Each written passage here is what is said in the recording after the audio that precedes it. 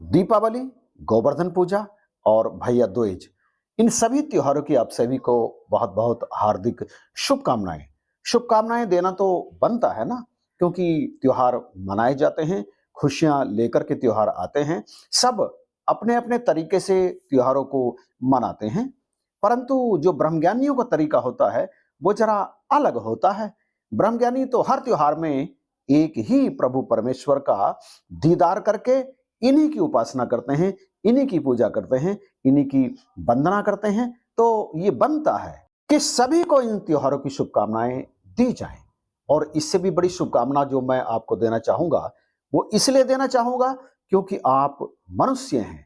मनुष्य आपको परमात्मा ने बनाया है। अपनी मर्जी से कोई भी मनुष्य नहीं बना है, परमात्मा की कृपा से मनुष्य बना है। और कहीं ना कहीं इसमें परमात्मा की दया शामिल है। और इससे भी बड़ी एक और शुभकामना मैं आपको इसलिए देना चाहता हूं कि आप में से कई ने ब्रह्म ज्ञान प्राप्त कर लिया है। और ये शुभकामना केवल उनके लिए है जिन्होंने ब्रह्म ज्ञान प्राप्त कर लिया है। परंतु रुकिए, ब्रह्म ज्ञान आपने प्राप्त किया है और ये आपको यूं ही प्राप्त हो गया। 5 प्रण जो दिए गए ब्रह्म ज्ञान देने से पहले, उनमें से एक भी प्रण का पालन शायद बहुत सारे ब्रह्मज्ञानी नहीं करते। और ब्रह्म ज्ञान प्राप्त करने में उनका केवल इतना ही रोल है कि उन्होंने किसी से सुना कि ब्रह्म ज्ञान प्राप्त कर सकते हैं पूर्ण सद्गुरु की कृपा से, और वो पूर्ण सद्गुरु के पास चले गए। एक जिज्ञासा उनके अंदर उत्पन्न हुई कि मैं भी परमात्मा को देख लूं, और वो पहुंच गए। इस जिज्ञासा के पीछे और भी कई कारण हो सकते हैं। जैसे किसी ब्रह्मज्ञानी ने आपसे कह दिया कि परमात्मा से मिलकर यदि प्रार्थना की जाती है परमात्मा से सीधे, तो रोगियों के रोग दूर हो जाते हैं, जिनके संतान नहीं है उनके संतान हो जाती है, घर में कलह कलेश है तो वो कलह कलेश भी दूर हो जाती है, कोई काम नहीं बन रहा होता है तो वो काम भी बनने लगता है, रोजगार ठीक से चलने लगता है, किसी को नौकरी की आवश्यकता हो तो उसकी नौकरी लग जाती है। मतलब परमात्मा से मिलने के बाद यदि प्रार्थना की जाती है मन से सच्चे परमात्मा से, तो सारे कार्य रास हो जाते हैं। यही लालसा लेकर के, यही कामना लेकर के वो पहुंचे पूर्ण सतगुरु के दरबार में, और पूर्ण सतगुरु से परमात्मा का दर्शन उन्होंने प्राप्त कर लिया। यदि परमात्मा का दर्शन केवल इन बिगड़े हुए कामों को बनाने के लिए किया गया है, तो फिर परमात्मा के दर्शन का कोई विशेष लाभ नहीं लिया गया।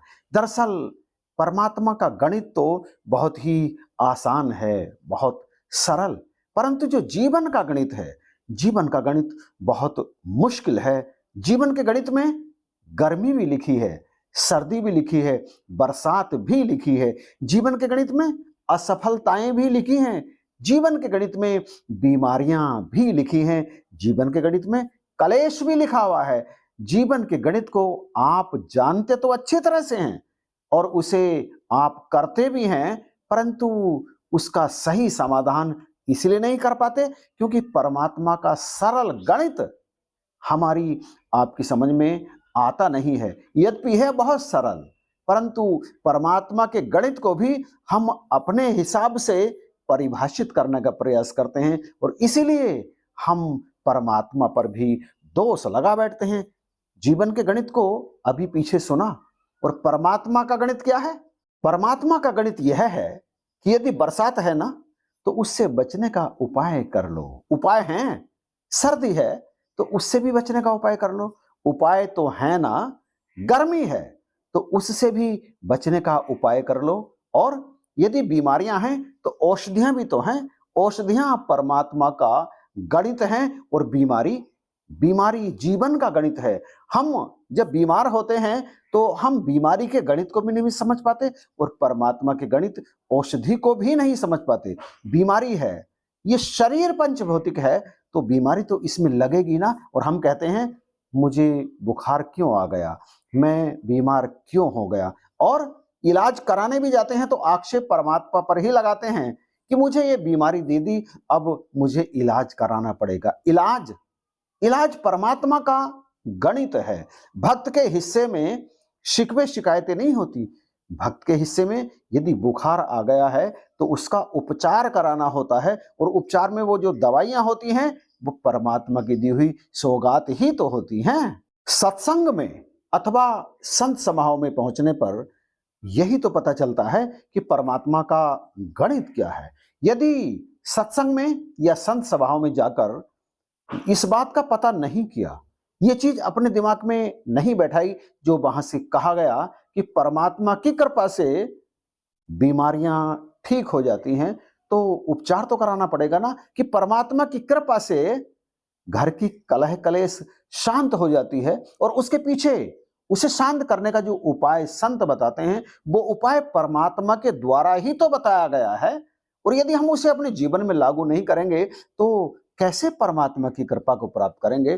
परमात्मा की कृपा को प्राप्त करने के लिए लगातार सकारात्मकता के साथ अच्छे बुरे का ध्यान रखते हुए कि मैं सही कर रहा हूं या गलत कर रहा हूं, और यदि सही कर रहा हूं तो उस दिशा में निरंतर बढ़ना ही पड़ेगा। सफलता निश्चित रूप से आपके कदम चूमेगी। और यदि सत्संग में आने के बाद आपने आन को बना करके रखा है, सत्संग क्या देता है? सत्संग तो प्रेम सिखाता है ना। प्रेम, सबसे प्रेम करना सिखाता है। और हम अपने परिवार में भी प्रेम नहीं पैदा कर सकते तो फिर सत्संग में आने का फायदा ही क्या हुआ है। हमें किसी दूसरे की बात बुरी लग जाती है। क्यों लग जाती है? इसलिए लग जाती है क्योंकि हमने उसकी आवाज में परमात्मा के आदेश को या परमात्मा के संदेश को महसूस नहीं किया है। यदि हम महसूस करें तो फिर हम किसी से दुश्मनी अथवा शत्रुता रख ही नहीं सकते, क्योंकि हमें उसके अंदर भी परमात्मा नजर आएगा, परंतु परमात्मा हमें उसके अंदर नजर ही नहीं आता। नजर इसलिए नहीं आता क्योंकि हम अपनी नजर से मायावी संसार को अधिक देखते हैं, मायावी चीजों को अधिक प्राथमिकता देखते हैं। परमात्मा को तो हम प्राथमिकता देते ही नहीं। परमात्मा की कृपा को अपने जीवन में स्पष्ट अनुभव करने के लिए, महसूस करने के लिए याद रखो, अपने कानों को अच्छा सुनने की आदत हमें डालनी ही चाहिए, डालनी ही पड़ेगी। बुराई को सुनने की आदत नहीं डालनी है, उसे एक तरफ हटाना है। अपनी आंखों को संसार की अच्छाई देखने की आदत डालनी ही पड़ेगी, बुराई देखने की आदत बिल्कुल भी नहीं डालनी है। और उसी तरह से अपनी जिह्वा पर नियंत्रण रखना होगा। अपनी जिह्वा को अच्छी बातें कहने की आदत डालनी पड़ेगी। बुरी बातें यदि निकलना चाहती है मुंह से, जुबान से, तो उन्हें अंदर ही अंदर दबाना पड़ेगा। बल्कि दबाना नहीं कहूं तो उचित होगा, उन्हें अंदर ही अंदर मारना पड़ेगा, कोचलना पड़ेगा कि इनकी इतनी औकात ना हो जाए कि वो मुख से बाहर निकलें। यदि ऐसा करेंगे तो हृदय के अंदर अपने आप ही प्रेम उत्पन्न होगा, और जब प्रेम उत्पन्न होगा तो फिर परमात्मा की कृपा प्राप्त होगी ही होगी। निश्चित रूप से इस बात को एक ब्रह्मज्ञानी को समझ लेना चाहिए। सत्संग में पहुंचकर सत्संग को जीवन में धारण करना सीखना पड़ेगा। सत्संग में पहुंचकर इस बात का ध्यान करना पड़ेगा कि गुरु के मुख से बात निकल क्या रही है, और वो जो बात निकल रही है ना गुरु के मुख से, वो मेरे लिए निकल रही है, मेरे लिए। जब मैं ये समझूंगा तो फिर गुरु की कृपा होगी, परमात्मा की कृपा निश्चित ही हो जाएगी। तो ये जो त्योहार जो हमारे जीवन में आते हैं, हमारे समाज में निरंतर मनाए जाते हैं, समय समय पर आते हैं, ये सारे के सारे त्योहार कहीं ना कहीं प्रेम का भी संदेश देते हैं, कहीं ना कहीं एक साथ मिलकर प्रेम पूर्वक रहने का संदेश भी देते हैं, एक दूसरे के सुख दुख में काम आने का संदेश भी देते हैं। इनके पीछे कहीं ना कहीं कोई लॉजिक जरूर होता है। अब वो लॉजिक हम समझ पाते हैं या फिर समाज की देखा देखी ही इन्हें मनाते हैं, इसे समझना बहुत जरूरी है।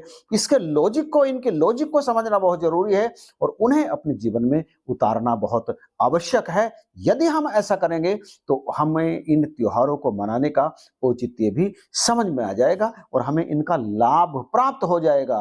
तो निश्चित जानिए, त्योहार मनाइए। मनाने की कहीं कोई मना ही नहीं है, ना ही किसी ब्रह्मज्ञानी को ये कहा जाता है कि आप त्योहार मनाना बंद कर दो।